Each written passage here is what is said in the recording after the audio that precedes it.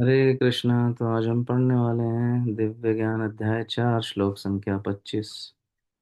देवमेव परे यज्ञं योगिना प्रियोपासते ब्रह्मग्नो अपरे यज्ञं यज्ञेनेव उपपूयति। कुछ योगी विभिन्न प्रकार के यज्ञों द्वारा देवताओं की भली भांति पूजा करते हैं और कुछ परब्रह्म रूपी अग्नि में आहुति डालते हैं। तात्पर्य प्रभुपाद के द्वारा। प्रभुपाद की जय। कुछ जैसा कि पहले कहा जा चुका है, जो व्यक्ति कृष्ण भावना भावित होकर अपना कर्म करने में लीन रहता है वह पूर्ण योगी है। किंतु ऐसे भी मनुष्य हैं जो देवताओं की पूजा करने के लिए यज्ञ करते हैं और कुछ परम ब्रह्म या परमेश्वर के निराकार स्वरूप के लिए यज्ञ करते हैं। इस तरह यज्ञ की अनेक कोटियां हैं। विभिन्न यज्ञकर्ताओं द्वारा संपन्न यज्ञ की ये कोटियां केवल बाह्य वर्गीकरण है। वस्तुतः यज्ञ का अर्थ है भगवान विष्णु को प्रसन्न करना, और विष्णु को यज्ञ भी कहते हैं। विभिन्न प्रकार के यज्ञों को दो श्रेणियों में रखा जा सकता है: सांसारिक द्रव्यों के लिए यज्ञ यानी द्रव्य यज्ञ, तथा दिव्य ज्ञान के लिए किए गए यज्ञ यानी ज्ञान यज्ञ। जो कृष्ण भावना भावित हैं उनकी सारी भौतिक संपदा परमेश्वर को प्रसन्न करने के लिए होती है। किंतु जो किसी क्षणिक भौतिक सुख की कामना करते हैं वे इंद्र सूर्य आदि देवताओं को प्रसन्न करने के लिए अपनी भौतिक संपदा की आहुति देते हैं। किंतु अन्य लोग जो निर्विशेषवादी हैं वे निराकार ब्रह्म में अपना स्वरूप को स्वाहा कर देते हैं। देवतागण ऐसी शक्तिमान जीवात्माएं हैं जिन्हें ब्रह्मांड को ऊष्मा प्रदान करने के लिए, जल देने तथा प्रकाशित करने जैसी भौतिक कार्यों की देखरेख के लिए परमेश्वर ने नियुक्त किया है। जो लोग भौतिक लाभ चाहते हैं वे वैदिक अनुष्ठानों के अनुसार विविध देवताओं की पूजा करते हैं। ऐसे लोग बहिश्वरवादी कहलाते हैं।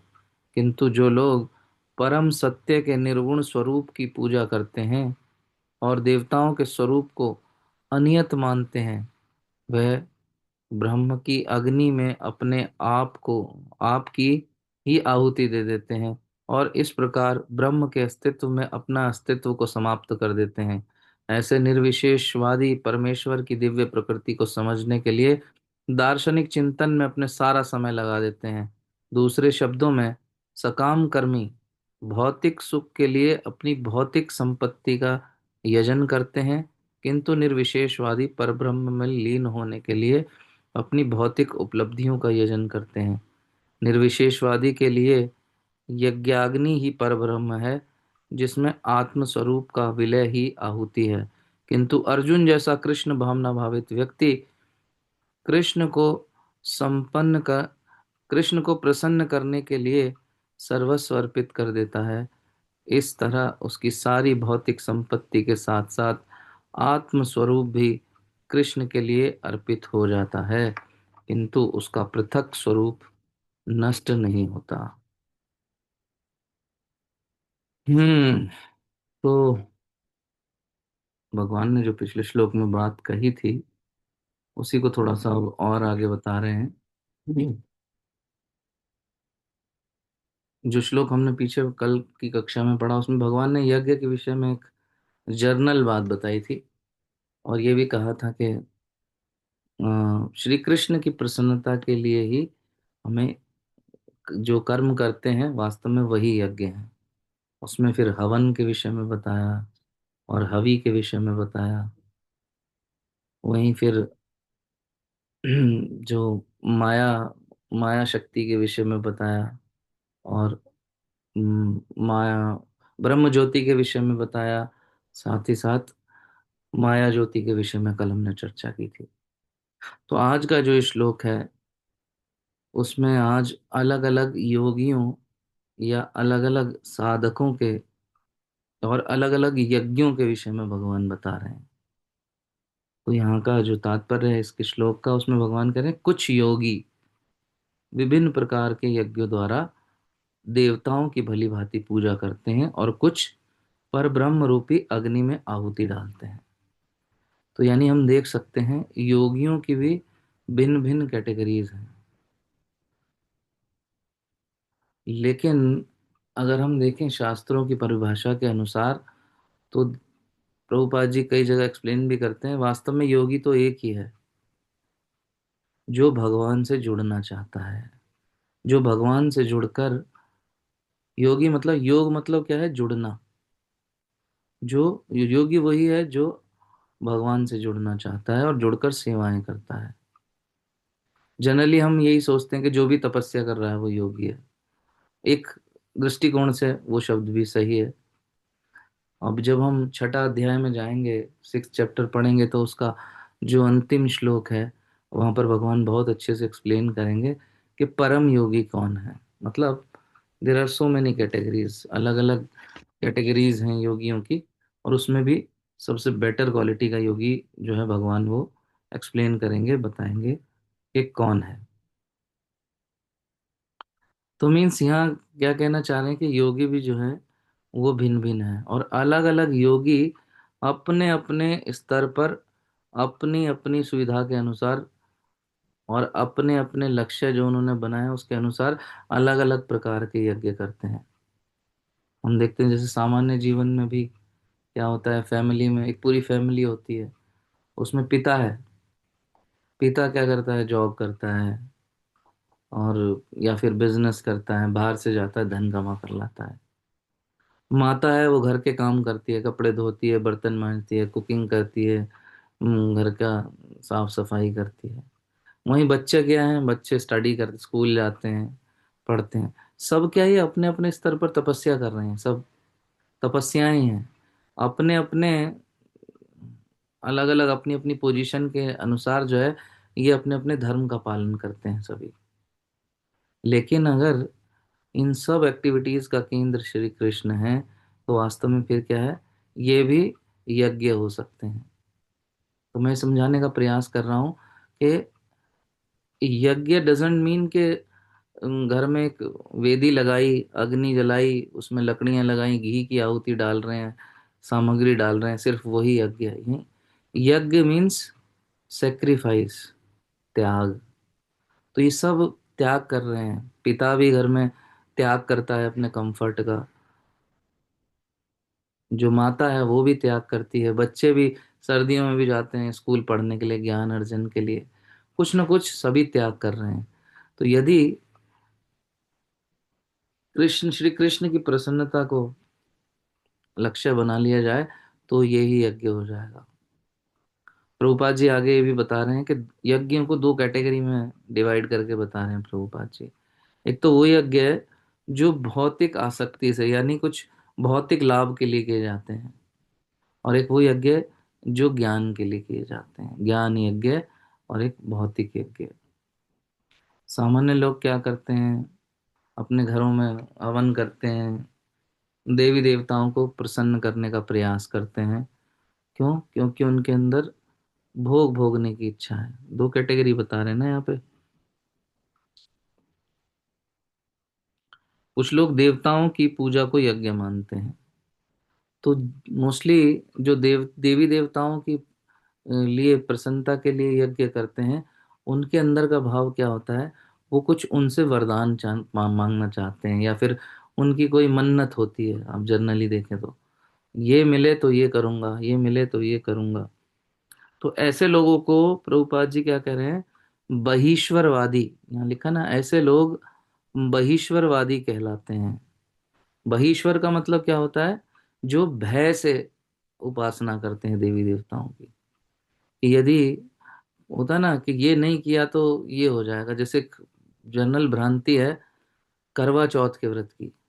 माताएं किसी को कहो कि करवा चौथ का व्रत रखने की आवश्यकता नहीं, एकादशी का रखिए, तो उन्हें, अरे नहीं नहीं, हमारे तो ये वैसे ही तबीयत इनकी खराब रहती है, इनका क्या होगा। उन्हें लग रहा है कि इनका पति का जीवन जो है इनके करवा चौथ का व्रत रखने से चल रहा है। लेकिन ऐसा जो है बना दिया सिस्टम। एक बार कहीं बात हो रही थी, प्रभुपाद जी कह रहे थे फिर कि भाई फिर तो ये तो विदेशों में करवा चौथ रखा ही नहीं जाता है, ये तो सब शादी होती और ये तो हफ्ता 10 दिन में सब आदमी मर जाया करते। अगर ये करवा चौथ का व्रत ही जीवित रखता है, लेकिन क्या है, ऐसी मान्यता बना दी, कुछ ना कुछ मांगना। तो वो कैसा यज्ञ है, सेक्रीफाइस वहां भी है, त्याग है। आसान नहीं होता। पूरा समय जो है भूखे रहना, आप देखा किसी माताओं की हालत कैसी हो जाती है। तो वो आसान नहीं है भूखे रहना, वो भी त्याग है। लेकिन उस त्याग के पीछे भगवान की प्रसन्नता कहीं नहीं है। उस व्रत का भगवान श्री कृष्ण की प्रसन्नता से कोई लेना देना नहीं है। उसमें बस ये कि मेरी प्रसन्नता, मेरा भला है बुरा है जैसा भी है, मेरा वाला ही मेरा देवता है ना। तो वो देवता जो है वो बना रहे, देवता प्रसन्न रहे, एकमात्र टारगेट यही रहता है। तो ये क्या है, बहिश्वरवादी कह रहे हैं प्रभुपाद जी ने। और ऐसे ही लोग क्या है, अन्य देवी देवताओं की उपासना करते हैं। शनि देव की उपासना हो रही है, राहु उपासना चल रही है। क्यों हो रही है उपासना? ये वे प्रेम के लिए। क्या शनि देव से प्रेम करके वो लोग उपासना कर रहे हैं? वहां भय है, वहां डर है। त्याग तो है, यज्ञ है वो भी, कुछ ना कुछ तो वो त्याग कर ही रहे हैं। समय भी दे रहे हैं अपना, अपनी चेतना लगा रहे हैं, अपनी धन धन को भी लगा रहे हैं उस कार्य को करने के लिए। परंतु क्या है, वहां पर भय इन्वॉल्व है, डर इन्वॉल्व है। तो वो नहीं होना चाहिए। वो लाभ है उसका, लेकिन क्षणिक लाभ है। जब आप सक्सेसफुली उस यज्ञ को कंप्लीट कर लेते हैं, तो भी आपको जो मिलेगा वो बड़ा टेम्परेरी सा फायदा मिलेगा। दूसरे नंबर पे क्या कह रहे हैं कि ज्ञान प्राप्त करने के लिए लोग यज्ञ करते हैं। और किस लिए वो ज्ञान प्राप्त करना चाहते हैं? कि मुझे ज्यादा ज्ञान हो जाएगा तो बदले में, उस ज्ञान के बदले में मैं बहुत सारे भौतिक सुख सुविधाएं जो हैं वो मैं बटोर सकता हूँ। वहां भी कृष्ण की प्रसन्नता नहीं है। फिर एक और कैटेगरी प्रभुपाद जी बता रहे हैं, पर ब्रह्म में लीन हो जाना चाहते हैं लोग। ऐसे साधकों की, योगियों की बात कर रहे हैं। वो भी यज्ञ करते हैं अपने स्तर पर। हिमालय में चले जाते हैं, बर्फ पर बैठकर बड़े लंबे लंबे समय तक तपस्याएं करते हैं। जिस प्रकार हिरण्यकशिपु ने भी तपस्या की, देखिए, हजारों वर्ष तपस्या की। लेकिन भगवान की प्रसन्नता के लिए की क्या? नहीं। वो अपने किसी लाभ के लिए कर रहा है। लेकिन खैर, यहाँ पे तो अलग बात चल रही है। यहाँ पे हम परब्रह्म में लीन हो जाने वाले साधक की बात कर रहे हैं अभी। तो जो परब्रह्म में लीन हो जाना चाहते हैं वो क्या, हिमालय पर चले गए, बर्फ में बैठ के तपस्याएं कर रहे हैं हजारों वर्ष। लक्ष्य क्या है उनका? कि मैं किसी तरह बस भगवान से मेरा एकाकार हो जाए। उनकी सेवाओं में कोई रुचि नहीं है। वो चाहते हैं मेरा अस्तित्व ही ना रहे, खत्म। भगवान में लीन हो जाऊं। तो प्रभुपाद जी कहते हैं इसे थर्ड क्लास मुक्ति। कि जीव जो है भगवान में विलीन हो गया, अब उसके पास उसका ना तो कोई अस्तित्व बचा है, और जब अस्तित्व ही नहीं तो सेवाएं कैसी। बस वो भौतिक जगत के दुखों से छुटकारा पाके अपने अस्तित्व को खत्म कर देना चाहता है। भगवान में लीन हुआ, खत्म। प्रभुपाद जी कह रहे हैं तो ये योगी भी जो है बहुत बढ़िया स्थिति में नहीं है। इसके विपरीत भक्त है, जो भगवान श्री हरि का भक्त है, जिसे वास्तव में योगी कहा जा सकता है। वो जो भी करे, चाहे वो ज्ञान प्राप्त करे, वो सुख सुविधाएं इकट्ठी करे अपने जीवन में, खूब धन इकट्ठा करे, बिजनेस करे, जॉब करे, क्योंकि उसके जीवन का केंद्र एकमात्र भगवान के सेवाएं और उनकी प्रसन्नता होती है। तो उसका यज्ञ जो है वो सबसे उच्च कोटि का बन जाता है। भगवान को प्रसन्न करना, सब कुछ श्री कृष्ण की सेवा में, जिस प्रकार श्रील प्रभुपाद ने किया। अधिकतर जो सन्यासी होते हैं, देखिए, वो धन वन वगैरह नहीं मांगते हैं। सन्यासी तो इनफैक्ट 7 समुंदर पार जाना भी अपराध माना जाता है सन्यासियों के लिए। प्रभुपाद जी गए, धन भी मांगा सबसे, खूब जितना धन देना है दीजिए। वो कहते थे कि मुझे, हाँ धन दो, मुझे कृष्ण की सेवा में लगाना है। तो ये जो यज्ञ है, ये मांगना भी एक त्याग है, अहंकार का त्याग है, यज्ञ हुआ। अभी बुक डिस्ट्रीब्यूशन में भक्त लोग जाते हैं, घर घर जाके दरवाजे बजा रहे हैं कि पुस्तक ले लो। कोई गाली दे देता है, कोई पीछे कुत्ता छोड़ देता है। तो वहां क्या, अहंकार का त्याग हो रहा है। यज्ञ मतलब त्याग। और महत्वपूर्ण बात यहां है कि वो त्याग हम किसके लिए कर रहे हैं? क्या वो त्याग करके बदले में हम और इंद्रिय भोग या सुख सुविधाएं मांग रहे हैं? तो फिर वो त्याग अच्छी कैटेगरी वाला नहीं है। लाभ तो मिलेगा, नो डाउट, लेकिन वो फर्स्ट क्लास सेक्रीफाइस नहीं है। वो त्याग चाहे अहंकार का हो, चाहे अपने समय का हो, चाहे अपनी सुख सुविधाओं का हो, चाहे अपनी इच्छाओं का हो, अपना अहंकार जो भी है, जब उसका सेंटर पॉइंट भगवान श्री कृष्ण की प्रसन्नता होती है, तो फिर उसका फल जो है वो बहुत विशाल और अनंत समय तक स्थिर रहने वाला होता है। और वो इतना बड़ा फल प्रदान करता है जिसकी जीव जो है वो, उसकी कहना चाहिए बुद्धि और सोच से भी परे।